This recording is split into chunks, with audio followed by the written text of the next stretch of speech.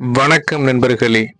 எழுத்தாளர் சு. வெங்கடேசன் எழுதிய வீரயுக நாயகன் வேல்பாரி தொடர் எண் 59. பரம்பின் தலைவனுக்கு ஆதினியை மணமுடித்து எவ்வியூருக்கு அழைத்து வந்தனர். கொண்டாட்டங்களும் கூத்துகளும் தாம் எத்தனை வகை! விருந்துகளும் விளையாட்டுகளும் முடிந்தபாடில்லை. பொதினி வாழ் வேளிர்கள் இயற்கையின் அதிநுட்பங்கள் பலவற்றை கண்டறிந்தவர்கள். தாதுக்களையும் உலோகங்களையும் நுட்பமாக அவதானித்த மாமனிதர்கள். அந்த குலமகள் பரம்பு தலைவனை மணந்து எவ்வியூர் புகுந்தாள்.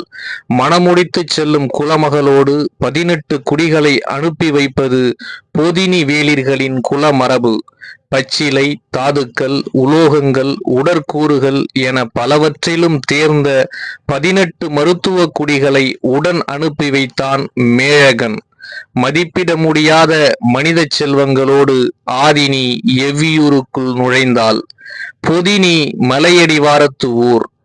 எவ்வியூர் பச்சை மலையின் உச்சியில் நிலை கொண்டுள்ள ஊர். மேகத்துக்குள் வாழ்வது போலவே எவ்வியூரின் பகற்பொழுது இருக்கும். நழுவி நகரும் மேகங்களுக்குள் கூந்தல் பறக்க ஓட வேண்டும் என்று ஆசை தோன்றியது ஆதினிக்கு. தான் ஒன்றும் குழந்தை அல்லல் என்று மனதுக்குள் எண்ணிக்கொண்டாள். மரங்களின் எல்லா இலைகளின் மீதும் நீர் தேங்கியிருப்பதை பார்த்து கொண்டே இருந்தாள். ஆண்டின் பெரும்பான்மையான மாதங்களில் உலராத ஈரத்தோடுதான் இலைகள் இருக்கும் என்றான் பாரி. இயற்கையின் குளுமையை விட ஆதினியின் ஆழ்மனம் அதிகம் குளிர்ந்திருந்தது. மேல் மாடத்தில் நின்று இருவரும் பேசிக் கொண்டிருந்தனர். மாடத்துக்குள் மலர்படுக்கையை ஆயத்தம் செய்யும் பணி நடந்து கொண்டிருந்தது. எவ்வியூர் பெண்கள் பொதினிக்கு சென்ற அன்று மாலைதான் மணவிழா நடந்தது. அன்று இரவு பாரிக்கும் ஆதினிக்கும் தலைநாள் இரவு. பொதினியின் குல வழக்கப்படி குல சடங்குகளை செய்தனர். இரவு மலர்படுக்கை ஆயத்தமானது. படுக்கையின் நடுவில் ஆவாரம் பூவின் இதழ்களை பரப்பியிருந்தனர். அது மஞ்சள் நிறத்திலானது. அதை அடுத்து அத்திப்பூவின் நீல நிறத்தாலான வளைந்த கோடுகளை உருவாக்கி இருந்தனர். 3 கோடுகளை சுற்றி வெண்டாழையின் வெண்மை பரவி கிடந்தது. அதன் விளிம்பு பகுதியில் செந்தாழையின் சிவப்பு அணிவகுத்திருந்தது. அது ஒரு மாயப்படுக்கையை போல வண்ணத்திலும் மனத்திலும் பெரும் மயக்கத்தை உருவாக்குவதாக இருந்தது. அது பொதினியின் பூப்படுக்கை என்றால் எவ்வியூரின் மலர்படுக்கை வேறு விதமாக இருந்தது. ஐவண்ண குறிஞ்சியினால் படுக்கையை ஆயத்தம் செய்தனர். பல்லாண்டுக்கு ஒரு முறை பூக்கும் குறிஞ்சி பச்சை மலையின் எத்திசையிலெல்லாம் பூத்து கிடக்கிறது என்பதை அறிந்து எல்லாவற்றையும் கொண்டு வந்து சேர்த்தனர். பொன்வண்ண குறிஞ்சியின் மஞ்சள் இதழ்களை படுக்கையின் நடுவில் விரித்தனர். பச்சை மலையின் வடகோடியில் மட்டுமே பூத்துள்ள மழை வண்ண குறிஞ்சியின் நீல நிற இதழ் கொண்டு நடுவில் இருந்த மஞ்சளை சுற்றி அழகிய வட்டம் அமைத்தனர். பவள குறிஞ்சியின் செம்மை நிற இதழ்களையும் பெருங்குறிஞ்சியின் வெண்மை நிற இதழ்களையும் மாற்றி மாற்றி அடுக்கினர். ஒரு சுடர் படபடத்து எரிவதை போன்ற ஒரு தோற்றம் கொள்ளச் செய்தது. வாடா குறிஞ்சியின் செந்நீல இதழ்களை விளிம்பெங்கும் வரிசைப்படுத்தினர். குறிஞ்சி காமத்துக்கான பூ. அதன் மனமும் வண்ணமும் கன நேரத்தில் மனித ஆழ்மனத்தை தன்னகப்படுத்திக் கொள்ளும். குறிஞ்சி பூக்கத் தொடங்கினால் காடு முழுவதும் பூக்கும். காமத்தின் தன்மையும் அதுதான். கால்விரல் நுனியிலிருந்து நெற்றியில் சுருண்டு கிடக்கும் கூந்தல் வரை எல்லாவற்றிலும் காமத்தீ இணையாக பற்றும். பற்றி எரியும் போது மிச்சமின்றி எரியும் தீ அது. மொத்த காடும் எரிவதைப் போலத்தான் இருக்கும் குறிஞ்சி பூக்கும் காலம். அதுதான் காமத்தின் காலம். காத்திருந்து எரிந்து காலகாலத்துக்கும் மணக்கும். படுக்கையின் தன்மைக்கு ஏற்ப அதுவே மனத்தை அரையெங்கும் நிரப்பி இருக்கும். மாலை நேரத்து கதிரவன் ஒளிமங்க சிறிது நேரமே இருந்தது. சட்டென ஒரு சிந்தனை தோன்றியது பாரிக்கு. ஆதினியை அழைத்து கொண்டு மாடத்தை விட்டு கீழிறங்கி வந்தான். மாடத்தின் வெளிப்புறத்தில் புதிதாக செய்யப்பட்ட தேர் நின்றிருந்தது. குதிரைகளை அதில் பூட்டச் சொன்னான். வீரர்கள் குதிரைகளை பூட்டினர். ஆதினியை தேரில் அமர வைத்து பாரி தேரை ஓட்டினான். ஓட்டினான். வீரர்களும் மற்றவர்களும் பார்த்திருக்க நாகப்பச்சை வேலியை கடந்து தேர் வெளியேறி போனது. எங்கே போகிறான் என யாருக்கும் தெரியாது. ஆதினியை தேரிலே உட்கார வைத்து சுற்றி காண்பித்து வருவான் என நினைத்தனர். ஆதினி இதுவரை தேர் பயணம் செய்ததில்லை. மாலை நேரத்து சுருங்கும் ஒளியும் சீறி பாயும் தேரின் ஓசையும் மலை மடிப்புகளின் இளம் பச்சையும் காண கிடைக்காத காட்சியாக இருந்தது. அவளது முகம் இயற்கையின் ஆதி சுவையை உணர்ந்து கொண்டிருந்தது. முறையான பாதைகள் உருவாக்கப்படாததால் வேகத்தை குறைத்து தேரை மெதுவாக ஓட்டினான். தேர் சென்று கொண்டே இருந்தது. கதிரவன் ஒளி சிறுத்து அணைய ஆயத்தமாகி கொண்டிருந்தது. மலை உச்சியில் ஒளி அகலுதல் விளக்கை ஊதி அணைப்பதை போல சட்டென நிகழ்ந்துவிடும். ஆனாலும் தேரை திருப்பாமல் முன்னோக்கி ஓட்டிச் சென்றான் பாரி. ஆதினி எதுவும் கேட்கவில்லை. மலை முகட்டோரம் போய் தேர் நின்றது. வண்டியிலிருந்து இறங்கிய பாரி ஆதினி இறங்க உதவி செய்தான். சற்றே சிந்தித்தபடி நின்றவன் தேரிலிருந்து குதிரைகளை கழற்றி விட்டான். அவன் என்ன செய்ய போகிறான் என்பதை ஆதினியால் கணிக்க முடியவில்லை. உன்னை ஓரிடத்துக்கு அழைத்துச் செல்கிறேன் வா என சொல்லி மலைமுகடு நோக்கி நடந்தான். ஒளி முற்றிலும் அகன்று இருள் கவிந்து கிடந்தது. அவனை பின்பற்றி நடந்தாள் ஆதினி. குதிரைகளை அப்படியே விட்டுவிட்டு வந்திருக்கிறீர்களே, காட்டுக்குள் ஓடிவிடாதா? போகாது. இந்த மேட்டில் மட்டுமே முயற்புல் இருக்கிறது. அதற்கு மிக பிடித்த உணவு அதுதான். இந்த இடம் விட்டு எளிதில் அகலாது. அப்படியா என கேட்டபடி நடந்தால் இருள் முழுமையாக நிலை கொண்டு விட்டது. முகட்டை அடைந்ததும் மலையின் சரிவை நோக்கி இறங்கத் தொடங்கினான். கால்களை கவனமாக எடுத்து வை என்றான். நீருக்குள் மூழ்கும் போது உள்ளே போக போக அடர்ந்த ஓசை பெருகி வந்து காதடைக்குமே, அப்படித்தான் காட்டின் ஓசையும். நேரம் ஆக ஆக இருள் அடரோசையாக மாறிக்கொண்டிருந்தது. சிறிதும் பெரிதுமான பாறைகளுக்கு நடுவில் ஆதினியை கவனமாக அடைத்து கொண்டு கீழிறங்கினான் பாரி. இருளுக்குள் மீன்களைப் போல் மிதந்து கொண்டிருக்கும் செடி கொடிகளின் இலைகளை கையால் தட்டியபடி நடந்த ஆதினி கேட்டால், எங்கே போகிறோம்? குறுக்கிட்டு கிடந்த மரக்கட்டையை அகற்றி ஆதினி நடப்பதற்கு வழியமைத்தபடி பாரி சொன்னான். நீ பொதினி மலையின் பேரதிசயத்தை எனக்கு காண்பித்தாய் அல்லவா? அதே போல பரம்பின் அதிசயத்தை உனக்கு காட்ட அழைத்துச் செல்கிறேன். அன்று முழு நிலவு நாள் சிறு நாவல் பழங்கள் மிதந்து வந்ததை தெளிவாக பார்க்க முடிந்தது. இன்று நிலவற்ற காரிருள் நாள். இந்த கும்மிருட்டில் எதை பார்க்க முடியும்? பொதினியின் அதிசயத்தை பார்க்க நிலவின் ஒளி தேவைப்பட்டது. ஆனால் பரம்பின் அதிசயத்தை தெளிவாக பார்க்க ஒளியற்ற காரிருள்தான் தேவை. ஆதினிக்கு வியப்பும் ஆர்வமும் ஒரு சேர பெருகின. ஒளியற்ற இருளில்தான் தெளிவாக பார்க்க முடியும் என்றால் அது என்னவாக இருக்கும் என்று சிந்தித்தபடியே நடந்தாள்.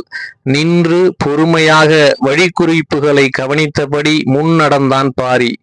இருளில் இரக்கத்தில் கால் எடுத்து வைப்பதில் கூடுதல் விழிப்புணர்வு தேவை. பாரி முன் நடப்பதால் பதற்றமில்லாமல் நடந்தாள் ஆதினி. நேரம் கூடியது. இருளின் அடர்த்தி அதிகரித்து கொண்டிருந்தது. முன் நடக்கும் பாரியின் கைப்பற்றி கீழிறங்குவதும் தோல் பிடித்து நடப்பதுமாக ஆதினி வேறொரு விளையாட்டை விளையாடியபடி வந்து கொண்டிருந்தாள். ஆனாலும் என்னதான் காண்பிக்கப் போகிறான் என்பதை கேட்காமல் இருக்க முடியவில்லை. நீங்கள் காண்பிக்கப் போகும் பரம்பின் அதிசயம் என்னவென்று தெரிந்து கொள்ளலாமா? கண் முன்னால் அதை காண்பித்துச் சொல்கிறேன். அப்போது அடையும் அனுபவத்தை ஏன் இழக்க வேண்டும்? பற்றிய தோலை ஆதினியின் கை இறுக பிடித்தது. கால்கள் தடுமாறுகின்றனவோ என பாரி நின்றான். ஆதினி சொன்னால், பரம்பின் பேரதிசயத்தோடுதான் நான் நடந்து கொண்டிருக்கிறேன். இந்த உணர்வு மற்ற எல்லாவற்றையும் விட மிக உயர்ந்தது. நான் புதிதாக எதையும் அடையப் போவதும் இல்லை, இழக்கப் போவதும் இல்லை. நீங்கள் தயங்காமல் சொல்லலாம். அவளின் சொற்களுக்குள் இருந்த காதல் பாரியை கிறங்கச் செய்தது. பிடித்து இறங்க முடியாத பள்ளம் இருந்தது. மிக பாதுகாப்போடு அவளை பிடித்து இறக்கினான். தோள் தொடுவதும் கை தொடுவதுமாகத்தான் இவ்வளவு நேர பயணம் இருந்தது. ஆனால் இந்த பள்ளத்தை கடந்தது அப்படியல்ல. கடக்க முடியாத பள்ளமாக பாரிக்கு தோன்றியது. ஆதினியின் உணர்வோ அதையும் கடந்ததாக இருந்தது. சற்றே கால் சரிந்து பாரியின் மேல் விழுந்தவளை தூக்கி விலக்கி நிறுத்த முடியவில்லை பாரியால். அந்த இடைவெளி உருவானால்தான் நடக்க முடியும் என தெரிந்தும் அதை உருவாக்குவது எளிதாக இல்லை. செங்குத்தாக சரிந்து கிடக்கும் மலைச்சரிவில் கும்மிருட்டில் கண்கட்டி விளையாடுவது போல காதல் விளையாடியது. பாரி சற்றே சிந்தித்து, இந்த விளையாட்டுக்குள் மனம் சிக்கிவிடக் கூடாது, கவனமாக காலடி எடுத்து வைக்க வேண்டும் என நினைத்து நடந்தான். ஆதினிக்கு அதுவெல்லாம் இல்லை. பாரி மட்டுமே அவளின் பார்வையில் இருந்தான். முன் நடந்த பாரி சொன்னான், நான் காண்பிக்கப் போவதை இதற்கு முன் மிகச் சில மனிதர்களே பார்த்திருப்பார்கள். அப்படியா என்றாள் ஆதினி. ஆம், அதன் பெயர் இராவெரி மரம். ஆதினிக்கு சட்டென புரியவில்லை. என்ன மரம்? இராவெரி மரம். அதன் இலைகள் பகலிலே வாங்கிய ஒளியை இரவிலே உமிழும். பார்ப்பதற்கு எண்ணிலடங்காத சுடர்கள் எரியும் விளக்கை போல் இருக்கும். கிறங்கி நின்றாள் ஆதினி. என்ன சொல்கிறீர்கள்? அப்படியொரு மரம் இருக்கிறதா?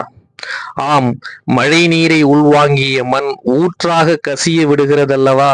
அதே போல பகல் முழுவதும் ஒளியை உள்வாங்கி இரவு முழுவதும் வெளிச்சத்தை கசிய விடும். பார்ப்பதற்கு மரம் பற்றி எரிவது போல் இருக்கும். சொல் கேட்டு நின்ற ஆதினியின் தோள் தொட்டான் பாரி. கனவிலிருந்து மீண்டவளைப் போல மீண்டாள். இன்னும் எவ்வளவு தொலைவில் அந்த மரத்தை பார்க்கலாம்? சிறிது தொலைவு இறங்கினால் சரிவு பாறைகள் முடிச்சிட்டது போல் கிடக்கும். அங்கிருந்து பார்த்தால் எதிரில் இருக்கும் மலைச்சரிவில் இராவெரி மரம் தெரியும். ஆதினியால் ஆசையை அடக்க முடியவில்லை. ஒளிரும் மரத்தை பார்க்க வாய்க்கும் அந்த கணத்தை அடைய மனம் தவித்தது. இப்போதுதான் இன்னும் கவனத்தோடு நடக்க வேண்டிய இடம், எனவே பார்த்து வா என்று சொல்லியபடியே நடந்தான் பாரி. நீங்கள் எப்போது அந்த மரத்தை பார்த்தீர்கள்? காடறிய பயணப்படும் போது தேக்கன் காண்பித்தார். பல ஆண்டுகள் ஆகியிருக்குமே, அதன் பிறகு பார்க்கவில்லையா? இல்லை, பகலில் அந்த மரத்தை நம்மால் கண்டறிய முடியாது. அந்த மரம் பகலில் எப்படி இருக்கும் என்று இன்று வரை யாருக்கும் தெரியாது. இரவு நேரத்தில் எதிர்குன்றில் நின்று பார்த்தால்தான் கண்டறிய முடியும். அதுவும் நிலவற்ற இது போன்ற காரிருள் நாளின் நள்ளிரவில்தான் நன்றாக காண முடியும். அதற்கான வாய்ப்பு இப்போதுதான் அமைந்துள்ளது என்று சொல்லியபடி அழைத்துச் சென்றான். சரிவு பாறைகள் முடிச்சிட்டது போல் திருகி கிடக்கும் இடம் வந்தது. அவற்றின் ஓரத்தில் நின்றபடி பார்த்தான். எதிரில் எதுவும் தெரியவில்லை. கும்மிருட்டாக இருந்தது. பாறையின் இன்னொரு முனையில் போய் பார்த்தான். அப்போதும் எதிரில் மலைத்தொடர் தெரியவில்லை. தான் வந்தது சரியான பாதைதானா என சிந்தித்தான். அந்த மலைச்சரிவில் இந்த இடம் மட்டும்தான் சரிவு பாறைகள் முடிச்சிட்டு கிடக்கும் ஒரே இடம். எனவே தான் வந்துள்ளது சரியான இடம்தான் என்பதை முடிவு செய்த போதுதான் ஓர் உண்மை பிடிபட்டது. ஆதினியிடம் சொன்னான், நாம் சரியான இடத்துக்குத்தான் வந்துள்ளோம். ஆனால் மேக கூட்டங்கள் இரு மலைகளுக்கும் இடையில் முழுமையாக இறங்கி நிற்கின்றன. அதனால் எதிரில் இருக்கும் மலைத்தொடர் நம் கண்களுக்கு தெரியவில்லை. ஆதினியின் முகம் சற்றே கவலையடைந்தது. அப்படியென்றால் நம்மால் இன்று பார்க்க முடியாதா? அவள் கேட்டு கொண்டிருந்த போதுதான் பாரிக்கு தோன்றியது, இன்னும் சிறிது நேரத்தில் மழை வந்துவிடும். நாம் இருப்பது மிகவும் ஆபத்தான இடம். பெருமழை என்றால் சரிவு பாறையில் மழை நீர் எவற்றையெல்லாம் இழுத்து கொண்டு வரும் என தெரியாது. நாம் உடனடியாக பாதுகாப்பான இடத்துக்கு போயாக வேண்டும் என்று. தொலைவில் இடியோசை கேட்டது. பாறையை இழுத்து அடிக்கையில் தோளின் மீது இருக்கும் தூசி அதிர்வதைப் போல மாமலை அதிர்ந்தது. பெருமின்னல் ஒன்று வெட்டி இறங்கியது. மொத்த மலைத்தொடரின் மீதும் ஒளியின் கண் திறந்து மூடியது. சரிவு பாறையை கடந்து இடப்புறம் போவதுதான் பாதுகாப்பு என கருதிய பாரி ஆதினியை கையை பிடித்து கொண்டு வேக வேகமாக நடந்தான். இவ்வளவு வேகமாக இருளுக்குள் நடப்பது சரியில்லை என தோன்றியது. ஆனாலும் வேறு வழியின்றி நடந்தான். அடுத்தடுத்து மின்னல்கள் இறங்கத் தொடங்கின. மின்னல் ஒளியால் தென்பட்ட பாதையை வைத்து விரைந்து அழைத்துச் சென்றான்.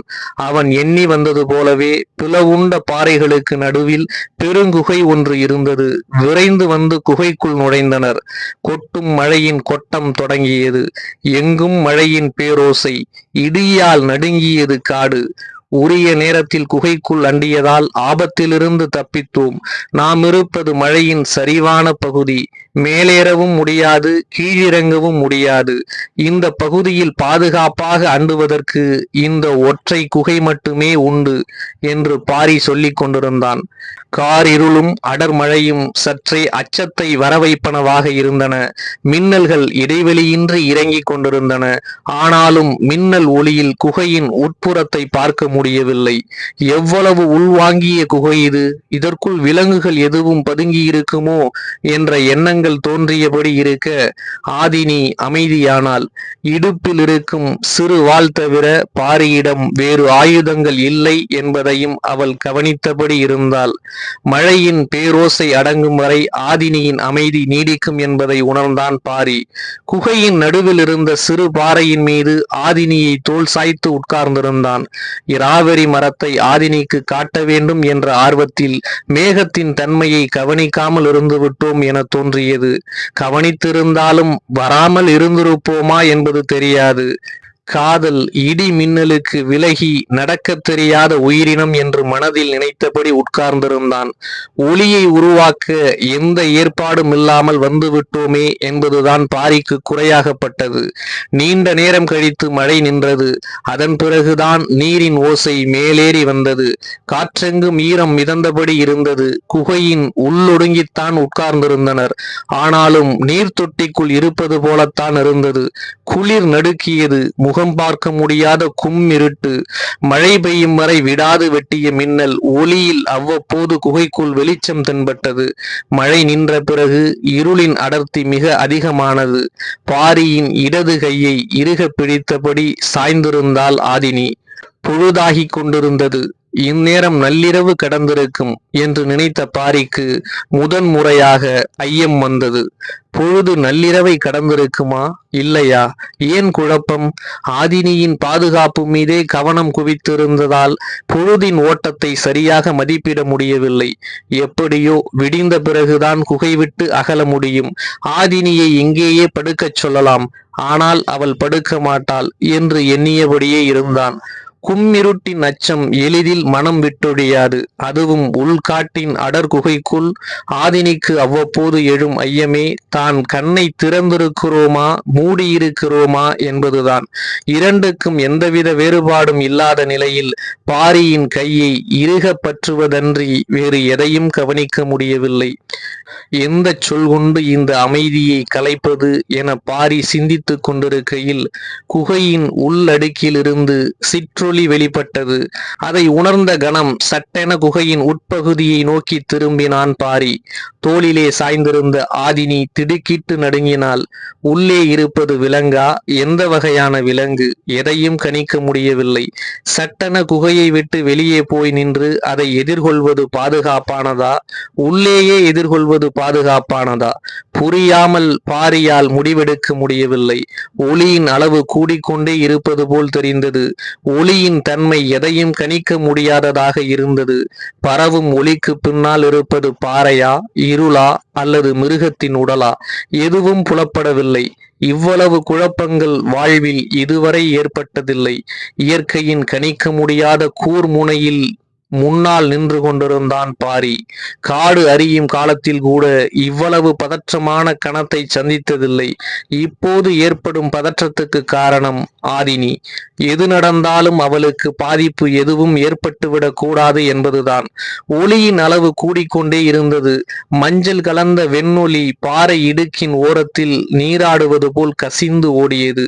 பாரியால் புரிந்து கொள்ளவே முடியவில்லை. இது என்ன? உயிரினமா? தாதுக்களின் கசிவா? அல்லது ஏதாவது ஆபத்தின் அடையாளமா? ஒன்றும் புரியவில்லை. சட்டென ஆதினியை இழுத்து கொண்டு வெளியேறிவிடலாம் என தோன்றியது. ஆனால் மனம் அதை செய்ய மறுத்தது. ஒளியின் நீளம் அதிகமாகிக் கொண்டே இருந்தது. அதன் நீளம் அதிகமாக குகை முழுவதும் செவ்வொளி பரவியது. இது என்ன என புரியவே இல்லை. துணிந்து அருகில் போக முடிவெடுத்தான் பாரி. ஆதினியின் இறுகிய பிடியை தளர்த்த முயற்சி செய்யும் போது பரவும் நீலொளியின் முனைப்பகுதி குச்சி போல மேலெழுந்தது. ஒரு கணம் குப்பென வியர்த்தது பாரிக்கு. அறிவு ஐயத்தின் புள்ளியை கண்டறிந்தது. அந்த ஐயத்தை நோக்கியே சிந்திக்கத் தொடங்கியது. ஏறக்குறைய பாரி அது என்ன என்று கணிக்கத் தொடங்கினான். சற்று முன்னால் நகர்ந்து பார்ப்போம் என்று எண்ணி அதற்கு இடப்புறமாக மெல்ல நகர்ந்து பார்த்தான்.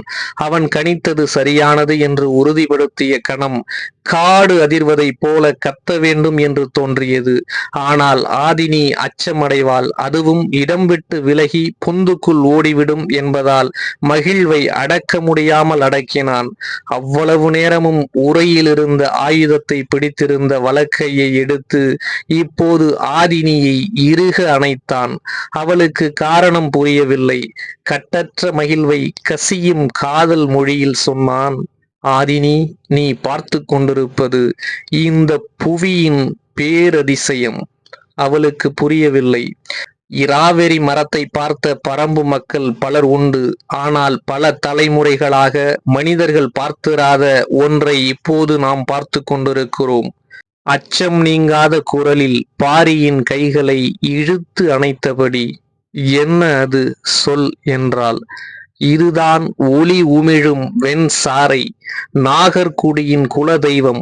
இதை பார்த்தவர்கள் மரணமில்லா பெருவாழ்வு வாழ்வார்கள் என்று நாகர்கள் நம்புகிறார்கள்.